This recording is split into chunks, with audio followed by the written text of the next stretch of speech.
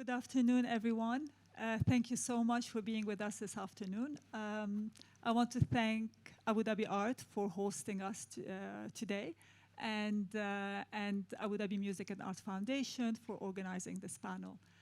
My name is Maya Al-Khalil, and I'll be moderating tonight. I would like to introduce our panelists. On my right, Sunjung Kim has worked as Chief Curator, Deputy Director, and Director of Art Sonje Center in Seoul in different time frames. She's also the Chair of Ecom Republic of Korea from 2023 and board member of Ecom ASPAC, the International Council of Museums Asia Pacific Alliance. She was the Artistic Director of ACC Archive and Research at the Asia Art Culture Center from 2014 and 15, and the President of the Gwangju Biennale Foundation from 2017 to 2021. Additionally, she was the founder and Artistic Director of REAL DMZ, Demilitarized Zone Project, an art and research project designed to cross boundaries of the museum and launched to explore the invisible, visible borders of the DMZ through the critical lens of art and to raise awareness about the divisions of Korea since 2011. I will also introduce Ji-Yoon Moon. Dr. Ji-Yoon Moon is a curator and writer based in Seoul. Her doctoral research at Goldsmith College examined the emergence of the term choreography in contemporary artistic and curatorial explorations that extend beyond the institution of dance. Dr. Moon pursued curatorial studies at the Royal College of Art and delved into art history at Cornell University. Throughout her career, she has contributed to various projects spanning art, architecture, and performance at Anyang Public Art Project, Namjoon Art Center, the Korean Cultural Center UK, Liverpool Biennale, and currently she is a project director of Art Sonje Center.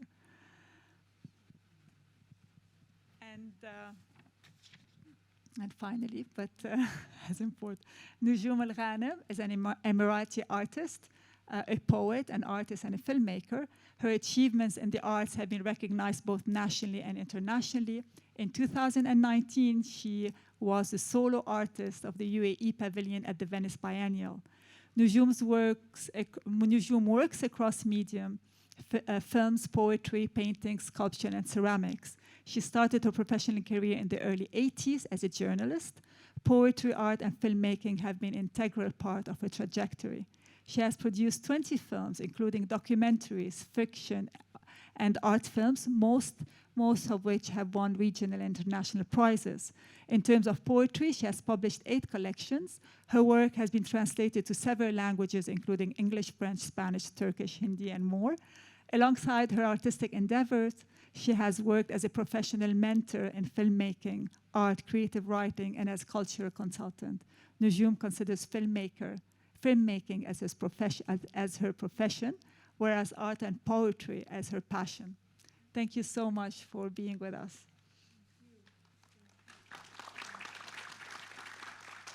We will be starting with a series of presentations. We'll start with Sunjung Kim, and maybe to touch on the history of Art Sonje and told through the pioneering work with female artists. I'd like to thank you for Mrs. Kanu and ADMAF Foundation to invite us to speak about our practice in Korea and introduce our presentation of museums in Korea. I'd like to talk about, firstly, in my institution, Art Sonje Center. It was founded in 1995, so we will have 2005 will be our 30th anniversary.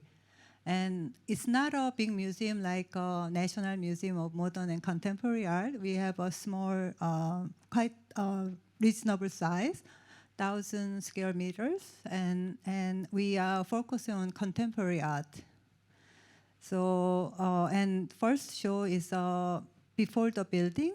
So 1995, we had the first show, and then the building was built, and 1995 is the first exhibition we started. we are collaborating with artists and make a commissioning and production of new projects, and also working closely with the scholars, academics to develop the research. We want to make a landscape of the public to learn through the contemporary art.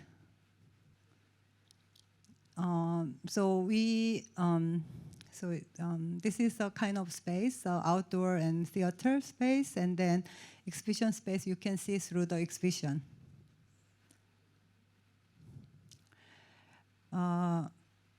So this is the first show in 1998. When we finished the building, we have Libur's first solo exhibition.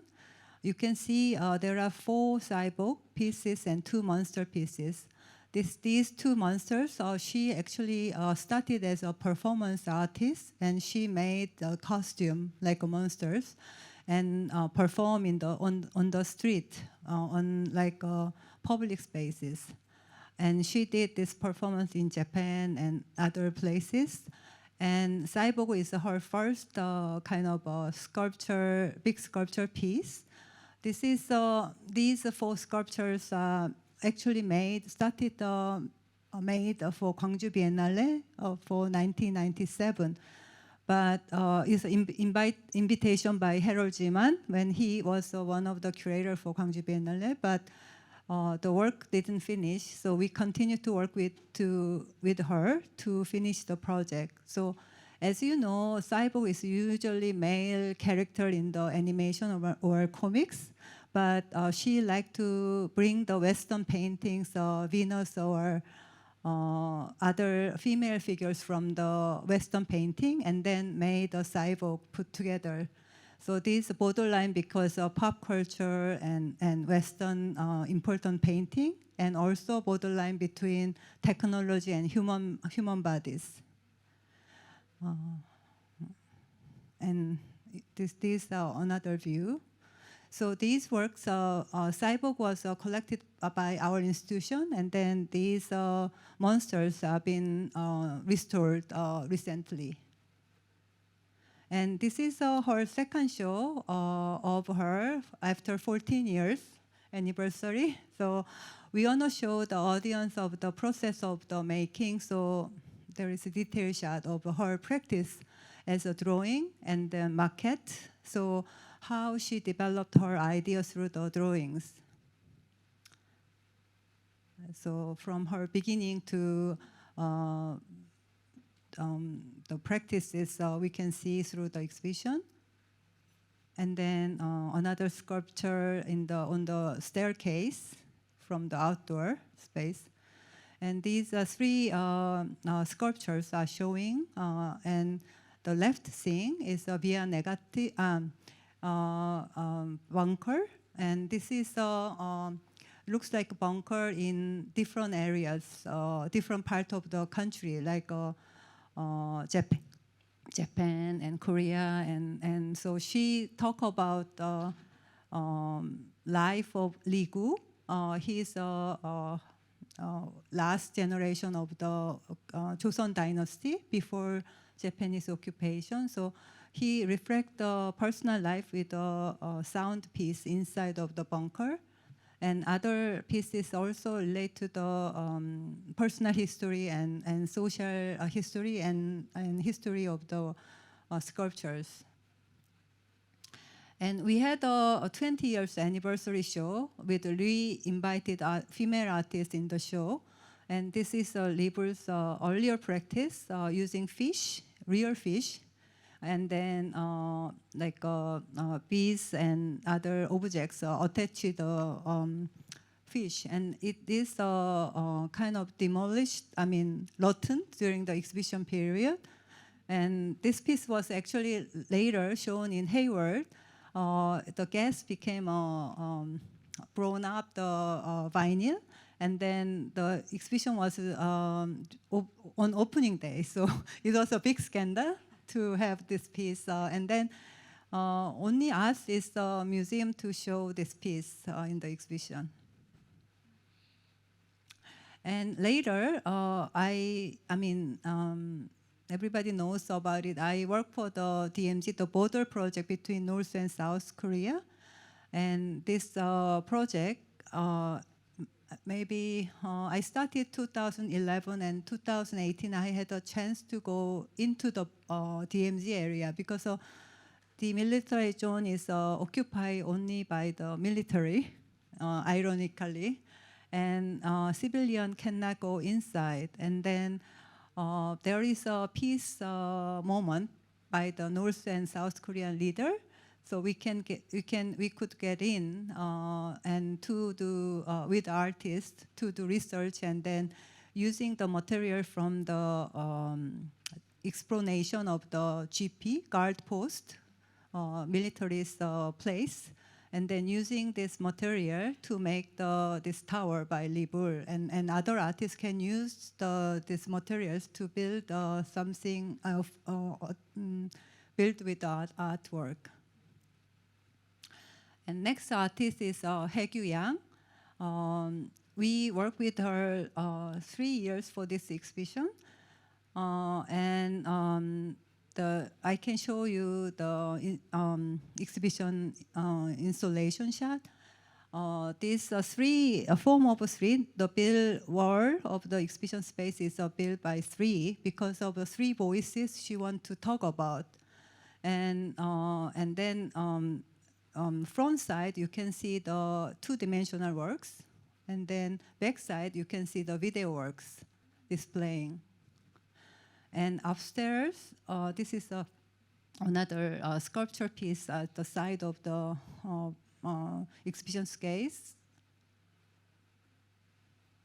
And then third floor, there is a work by her and using blind and also sound and moving light and scent or kind of element for the work. And there is a voice from the audience can move the moving light and sound. So it was interactive by the audience, and then this light and sound with element for the piece. So she wants to talk about the community and individuals. So the key element for this piece is also migrant. So we made installation, but also play by her directed a piece of a play in the theater, and then yeah. But when we had her show in 2010 with three elements of the voices, so catalog and play and also exhibition, and there are different also like Lee Bull is using Igu as a personal history, can be individual history can be reflected in the work. Haegyu also Duras is one of the key elements for her work. So also we did a Duras Film Festival during the exhibition. But we worked with her from the 2000. So this is her show, group show in 2000 and also 2003. And next artist is Mire Lee. Her title of the show is Carriage. So she using this monstrous installation, which was actually without skin, and it's like a monster's face, monstrous installation, and also using the installation with is digesting, and then there is a sound, and then moving organs. And then the last exhibition is Moon and John. They talk about CO2 emergence, and maybe it's not from the human perspective, but also non-human perspective to see the Earth. And the exhibition was guided by robot. It's very not clear to see, but we have a lighting controlled, and then there are video projection, and then robot is moving, and Rock is the actually storyteller. And we use the GTP3 for making a story about the installation. So yes, thank you. Thank you so much. I mean, it's quite interesting because when we had our first discussion, we were talking and we mentioned the idea of highlighting the voices of women artists. You mentioned that basically Art Sonje Center can there could be no history of the women artists in Korea without mentioning the role that Art Sonje played in providing that platform for very early. I'm so sorry. Then I'm going to move to you now. Okay, Jiyoon, can you please introduce to the Art Sonje's ongoing project around poetry and art? Sorry, I have more slides, so maybe I have to go through. It's upcoming projects. Yes. Yes, so thank you, Maya, and it's such a privilege to share the stage with Nujoom, Sunjung, and then Maya, and thank you so much, Atmaf, for having me. So Sunjung talked about the history of Sonje, so I'm going to talk about some of the projects that we are preparing at the moment. And the departure point for this project for me is Sunjung, actually. When she was the president of Gwangju Biennale, she commissioned Cecilia Vicuna to create a sound installation piece. And Cecilia, a Chilean poet and visual artist, she created this heartfelt elegy and tribute to a Korean-American poet, Teresa Hakkyung-cha. And as you can see from the photos, Cecilia in her gray hair, and Teresa remaining forever young because she was raped and then murdered in her 30s. So it was just a few weeks after she published her first book called Dictée. Dictée is such a complex book. It combines her artistic writings and her academic research on the mother tongues and reflection of her life as an immigrant and growing up as an Asian woman in the 70s in the US. So such a complex book. So after she finished this book, she was murdered.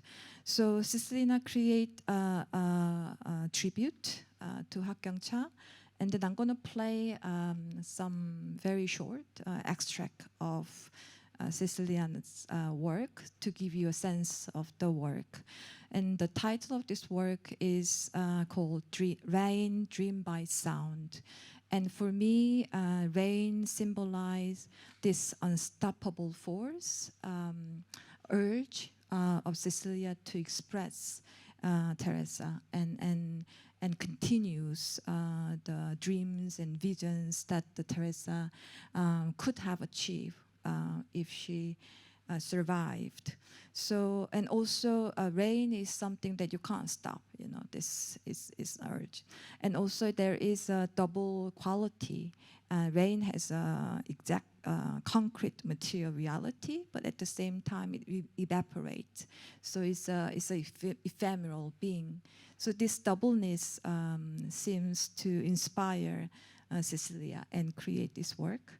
So I'm gonna play this a bit to give you a chance to feel what I'm talking about.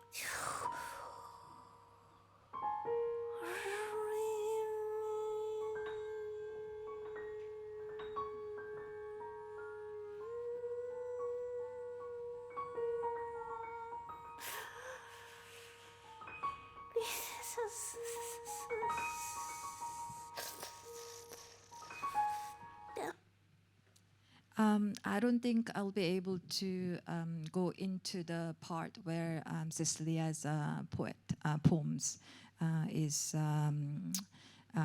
altered. So basically, she's talking about the symbol of rain and why this was important for her. And then she was talking about rain of memory and this the longing of return. And what I find interesting is also her use of the tongue. So tongue is a bodily part, but also is a tool for language. So it has a dual status between language and the body. So she used a lot of tongue. And we realized that Cecilia wasn't the only one who was inspired by Teresa and Teresa's short-lived life. And this is an installation shot of the Namira, Korean-American artist, who tried to finish and continue the unfinished film by Teresa Kyungcha. Teresa was a poet and also filmmaker like Nujoom. And the last project that Teresa was working on is called The White Dust in Mongolia. And then Namira created a series of film work that continues Teresa's work.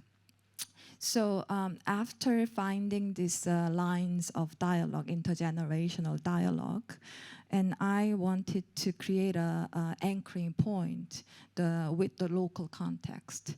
So I was really into the poetry of a Korean poet, contemporary poet called Kim Won-hee, and realized that she has been a source of inspiration for so many artists and writers and cultural producers in Korea. So Kim Won-hee's poems use a visceral language. So what I mean by visceral language is very vivid, sensory rich, and it evokes gut-level responses. So Kim Won-hee tried to extend the potentialities of language into the realm of bodily experience. And I found there is a common ground between Cecilia's interest in tongue and Kim Won-hee's use of tongue. In Kim Won-hee's poems, the symbols of tongue are repeatedly used. So as I said, this double existence of tongue, being a body and being a language, was an important connecting point for me to have this parallel, two sets of parallel dialogues that are that inspire me to create these exhibitions. And so, as I said, this intergenerational dialogues, I feel, resembles the strategies of the surrealist automatic writing. So it creates, it's one of the ways to create conversation forward. And also, I was interested in exploring the performativity of poetry. So what I mean by performativity of poetry is the effect of poetry that blurs the border between language and the body.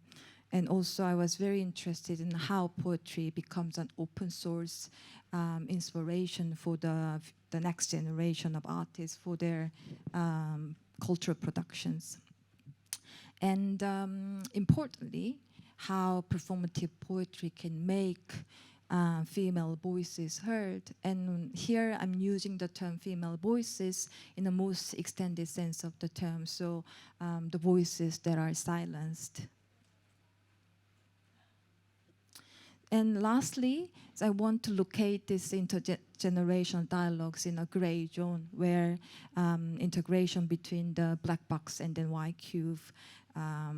Yeah, so I feel like I'm running out of time. We're going to go back to it. I mean, I'm really very interested also not only in the intergenerational, but also the across location that Sunjung addressed.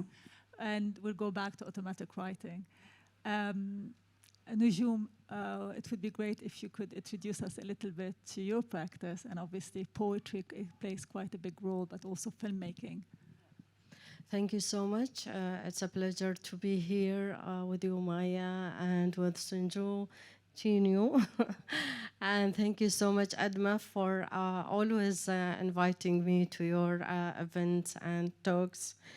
It makes me feel that I'm privileged. Thank you. As Maya mentioned, okay, I'm going through, I think, your presentation.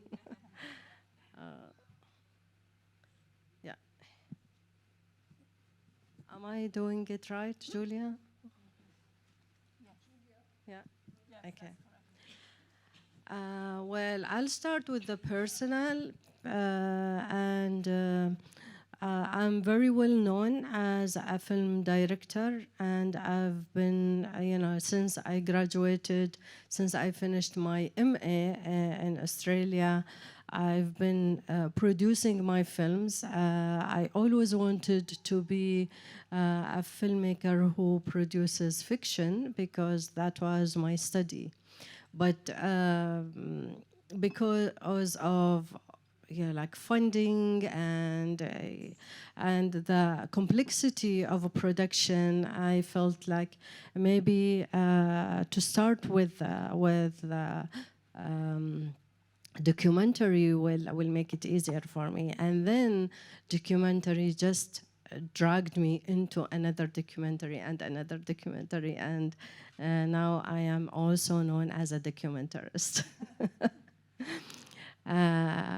But before going to cinema, my whole life was revolving around poetry and painting. That was my original wish in life, to go abroad and to study art, but unfortunately my family didn't allow me to do so. So I had to wait until I became a wife and a mother, so I could travel and study. And by that time, I was working as a journalist in the in the 90s. I worked as a journalist for almost 10 years, and then it was my scholarship was conditioned to study something related to media. And that's how I chose to study film, video production, but also including art and theater. Poetry took me to cinema because I believe that everything starts with the word. The word is the foundation of any beautiful image. That's my own belief. I made several films. I met incredible people throughout my journey of making of all the documentary films and then the art films. My early practice was, as I said, painting, and you can see some of my early paintings. And because I was also as a poet, was influenced by the haiku poetry style. So I always felt that nature is the reflection of the words. So I was creating pieces, paintings that are abstract, but also in line with my view of nature. And this is one of the latest pieces working with ceramic, and it is on view in Al Jahli fort at Al Ain, and it is a commissioned work by Abu Dhabi Art. I was lucky to get this commission because I've never, by the way, I don't exhibit. You know, like all throughout my life, I've been working with institutions. So usually I don't exhibit. I work with institutions. So this commission was one of the great things I've received. And it gave me the opportunity to focus on one medium, which is ceramic. It is one of the closest material to my heart. And also, after discussing with Dayala, Dayala asked me to also reflect on my trajectory as a poet and as a painter. So there are two rooms in Al Jahli now, one for poetry and painting and one for film. I produced a very short film about the oasis in Al Ain, and my approach in this film wasn't related to the history of the oasis, but related to the current situation of the oasis. When you walk in and feel the stillness of the whole environment, the stillness of the plants, of the palm trees and other trees. And I felt there is this psyche inside this place.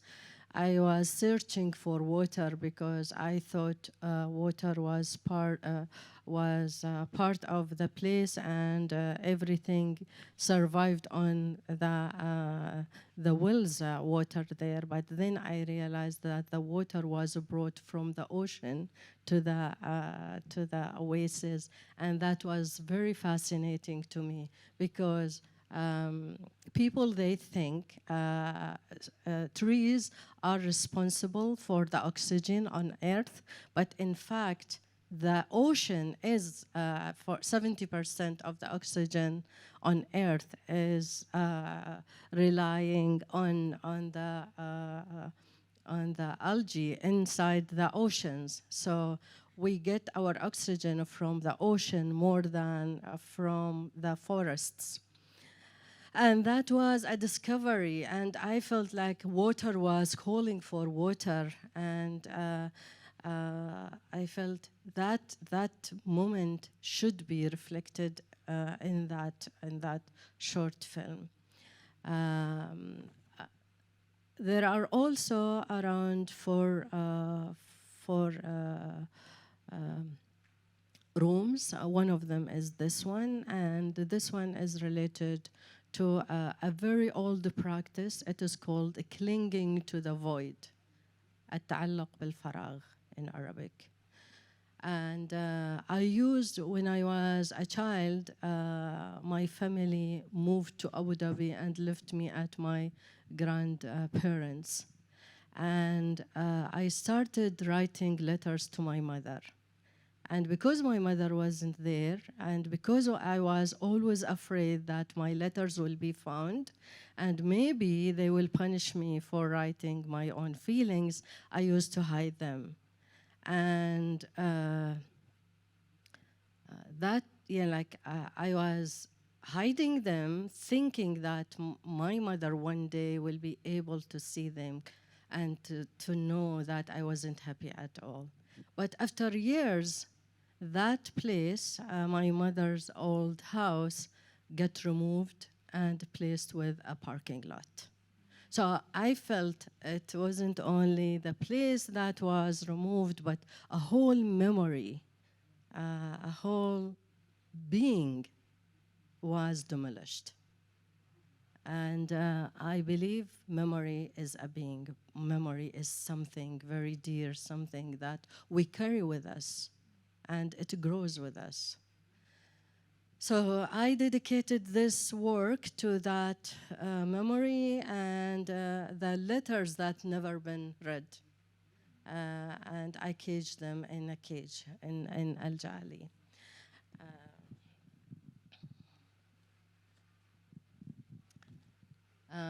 These are faces, and I learned a long time ago to create art to be the background for my films.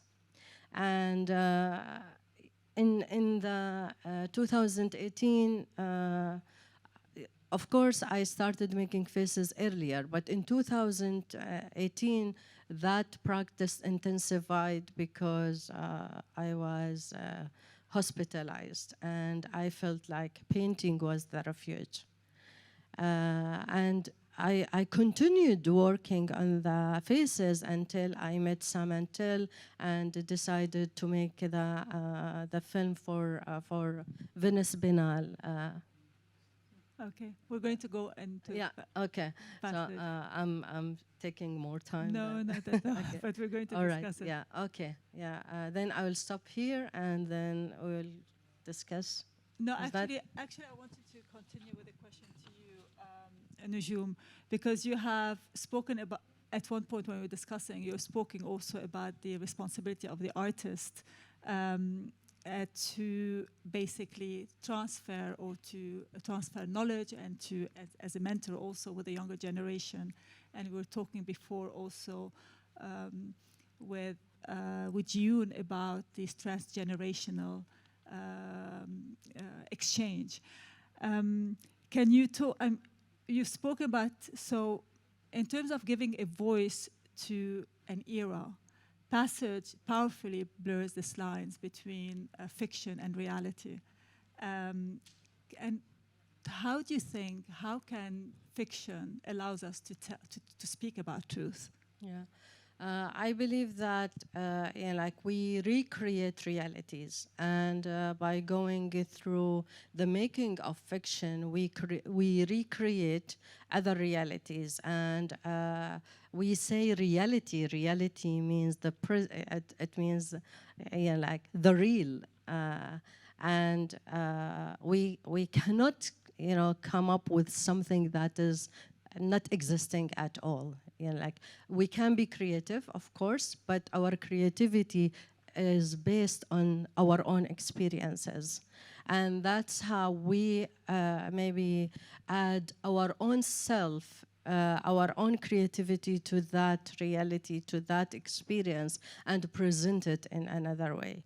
But particularly Passage, it was about going through the, moving from reality to fiction, and how they are related or correlated. And you cannot see one of them without seeing the other. You cannot understand what is said on this side without understanding what is said on the other side. Because Passage is actually two stories weaved into one. You have the story, the real story of, as an artist, your journey to Venice. Passage, I'm sorry, I need to explain. Passage is the work that Nujoom has presented at the 2019 Venice Biennial. And it's, so it's two stories in one. Yes, between the exactly. real and yeah, the fiction. exactly. And it was also presented here under your curation, and at ADMAF, I was honored to have that beautiful presentation of the film in Abu Dhabi in Manarat. So moving from this and staying with this idea of blurring, the blurring of reality and fiction, Sunjung, you have done a series of projects related to the DMZ, the demilitarized zone between North and South Korea. What struck me about these was that there was no possibility, actually, but I mean, besides you, but no possibility of entering the space. To what extent did imagination play a role in the development and execution of these projects? Actually, this project has two sides. One is reality of the people next to the border, and then also fictional idea for how to go into this border area. It's called demilitarized zone, but it's really militarized by the soldiers, both North and South Korea and US. So artists has like imagination or creativity to think about how to cross the border or how to do the project inside of this border area. So I actually, through this exhibition, I learned a lot through from the artists. They have great ideas. Some are not realized, and some are gradually realized. So this project actually inspired me. I mean, I was started and I founded this project, but not by me, but other communities like artists and also villagers live next to the border, and other supporter and all these and scholars and academics. We work together and learn about the situation, and then now is we are more thinking about the ecology aspect of this border area. So I think this imagination came from the artists, and actually we are executing. The curator is executing these projects with artists. Thank you. And talking about borders, I mean, borders can be porous or they can be fixed, but also how art can help and enable movement and exchange across borders. Do you use another type of border, or you discussed another type of border, language as and medium as a kind of border? For example, when we move between two different languages or two different forms of speech, poetry, everyday conversation. How might this relate to the female voice? Yeah. Good question. So for me, language is border, but can be a porous border. And this possibility, this in-between line between body and language, I think there is a possibility of emergence of female voices. And again, I'm using this term female voices in an extended sense of term, not just the gender, but all the voices that are silenced. Yeah. Okay. In terms of silent voices, Nujoom, you've started very early on. You're one of the founder of the Emirates Writers Union, and you were quite controversial in the way that you produce poetry to a certain extent, where it was a definition of poetry that was difficult, accepted with difficulty. What was that journey and that experience? And yeah, okay.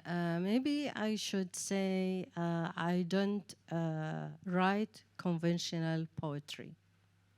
I write different poetry. I chose to write modern poetry, and that was a problem in the 80s, because people still used to think that we have to, to keep producing the same type of poetry that is written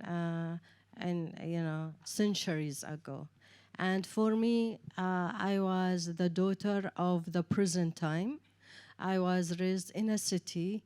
I was exposed to a modern education, and I also was one of those who started watching Sharjah International Book Fair growing, and we could, get books. We could meet people. We could meet also Arabic modern poets, and I chose to write, modern poetry.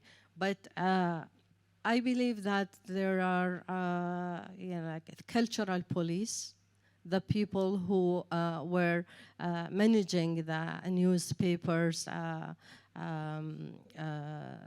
supplements and cultural supplements or cultural departments in the newspapers, and who thought they are also the custodians of culture and of the old ways. And that's why they tried, like just to steer, public against us. We were, because we rejected some of the rules they put for us, because we also tried to voice our own opinion. They thought we were against them, and they refused to let us represent ourselves internationally, or to represent even the country internationally without going back to them and taking permission from them. So to go back, I mean, both Nujoom and Jiyun, to go back to this concept, you mentioned both automatic writing, basically accessing maybe an alternative form of consciousness. What kind of translations and transformations can happen within that state of mind? So, yeah, I mean, for me, when I am employing this surrealist automatic writing as a curatorial strategy, is to involve something that is unexpected. So it allows different conversations to be unfolded. So it doesn't necessarily have a logical consequences, but it's kind of a relay game. So one conversation is continued by another, and it creates another access point to another conversation coming forth. So it was, for me, was very effective strategy. I think I'm still working on this project, so we'll see. But so far it has been very productive, and also allows me to create intergenerational conversation, because it's not easy to have this conversation. As you know, it was part of the surreal movement, the automatic writing. And we adopted want to that. define it, by the way. I don't know whether everybody understands what's automatic writing. Writing without thinking. Like whatever comes into your mind, you just reflect on it on the blank paper. That's the automatic writing. And some people, they accused us of being hallucinating and using some stuff to go through that. Yes.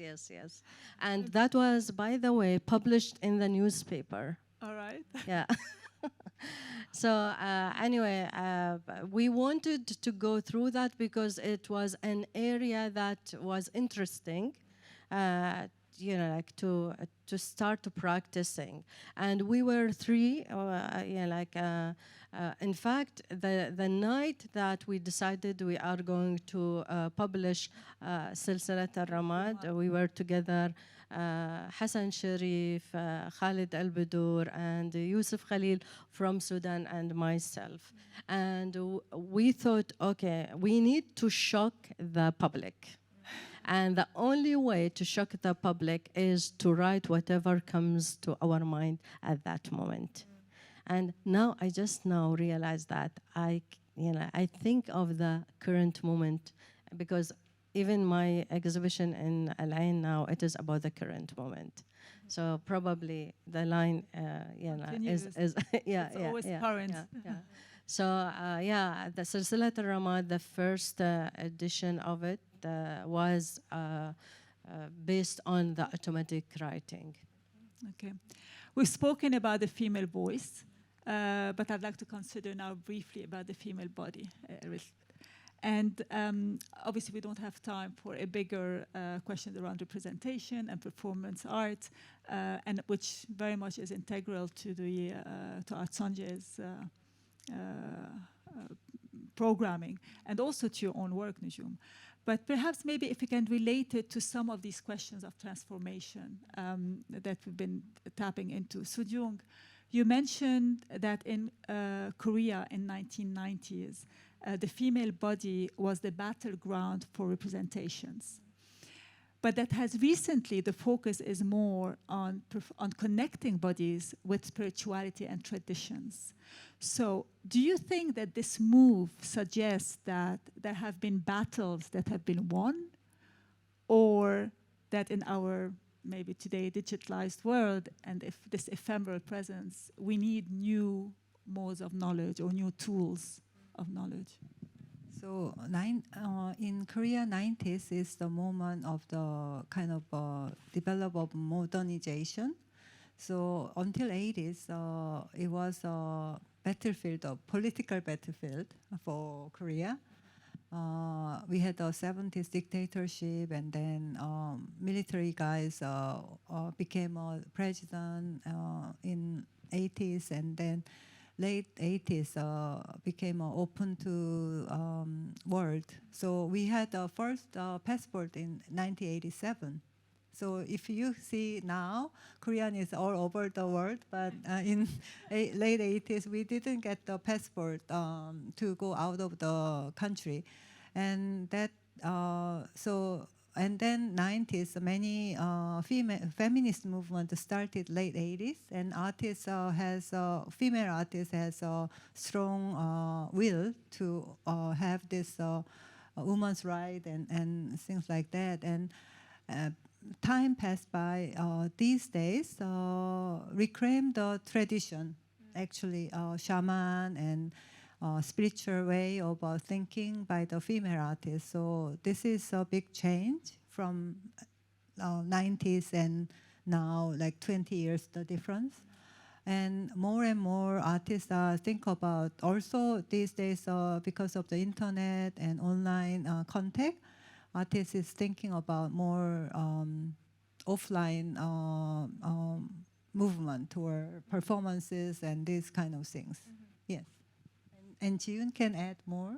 Yeah, I mean, Ji-yoon, I wanted to have your perspective from a more, from the generation of today. Yes, I'm not sure whether I can represent the generation of today, but if I may, I think because we realize that there's certain limit.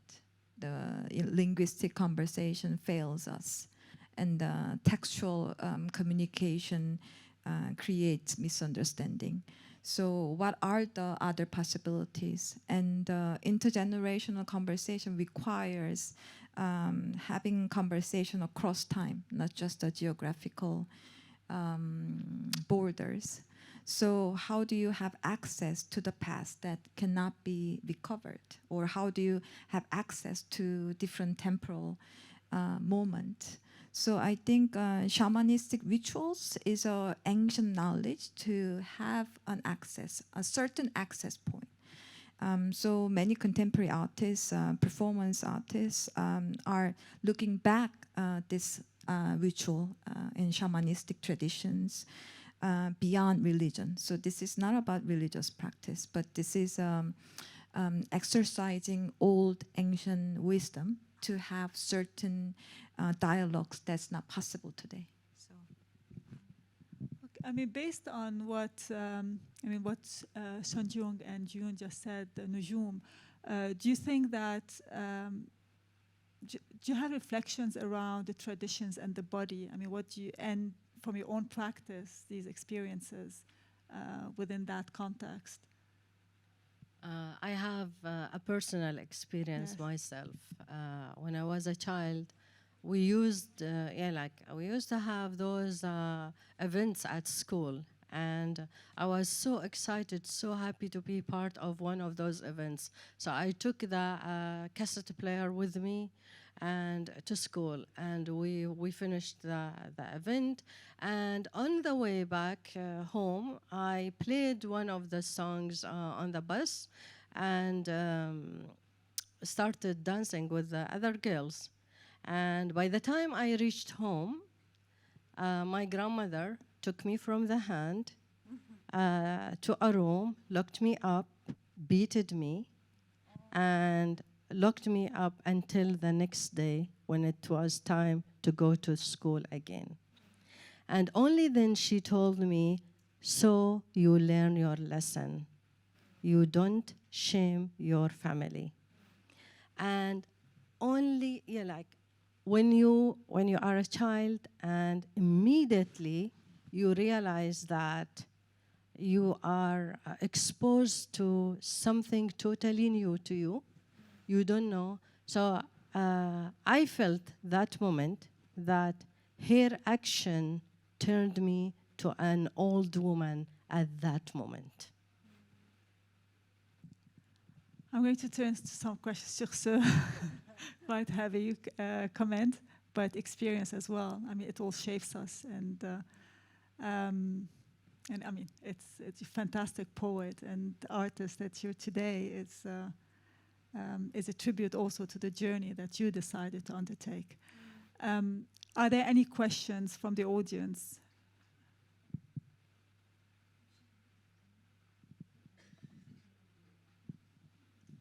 Thank you.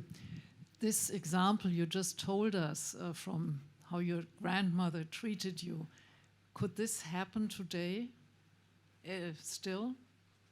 Would a grandmother nowadays treat her little grandchild the same way?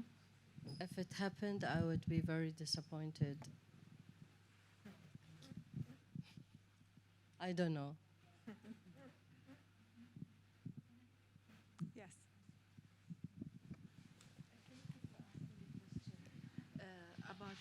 Thank you for asking this question. Could a grandmother do this today? Actually, we don't know. A grandmother may be in Alaska, or in the middle of desert of nowhere, or in here, or in your, where do you come from? Or in Germany. It could happen. A mother could be the same. It doesn't have a geographical place or that defines if a grandmother do this today. It depends on the mentality and the belief. But whatever is happening, positive or difficult or negative, the beauty in the end is to have Nujoom Al-Ghanem being able to influence a whole scene, no matter what difficulty she passed with. So for me, she was behind what we are having today in influencing the art scene, the moving forward, the writing, the freedom of the word to fly in Al-Ittihad today. Look, the writer union, where are we today? I work with the young publisher. So we owe it to you that no matter what, we as human and as women, as we are talking today, have a choice. Do I just be subdued by all that and I will not fight, or do I take another choice and be the soft power who's going to make a difference? It could be in your subconscious. I don't know if you knew about it, but this is who you are today, Nujoom. Speaking about Kim and our friends from Korea, what's beautiful for me today in this session is how close we are with our experiences. We are ending with Nujoom Al-Ghanem artwork, but it could have been Korean, it could have been Colombian, it could have been American.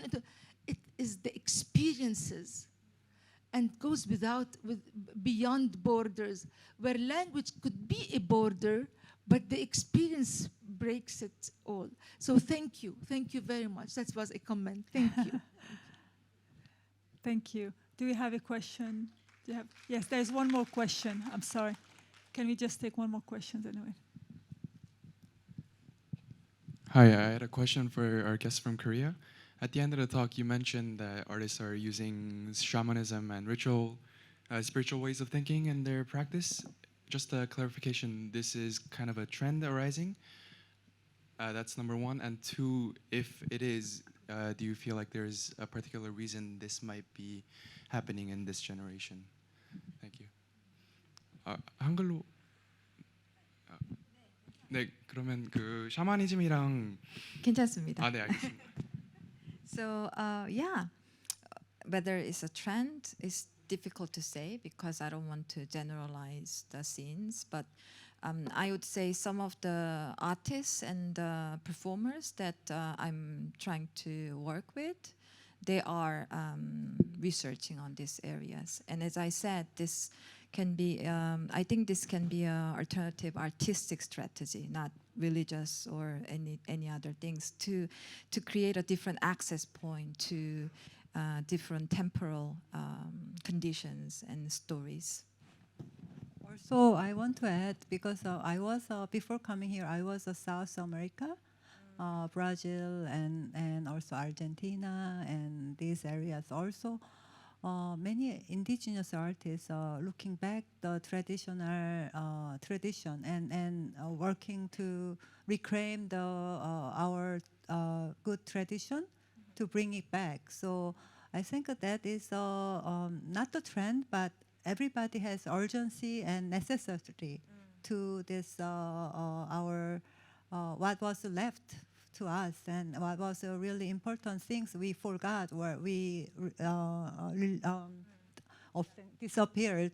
So that's the way artists reclaim this tradition, or like a shaman or things like that.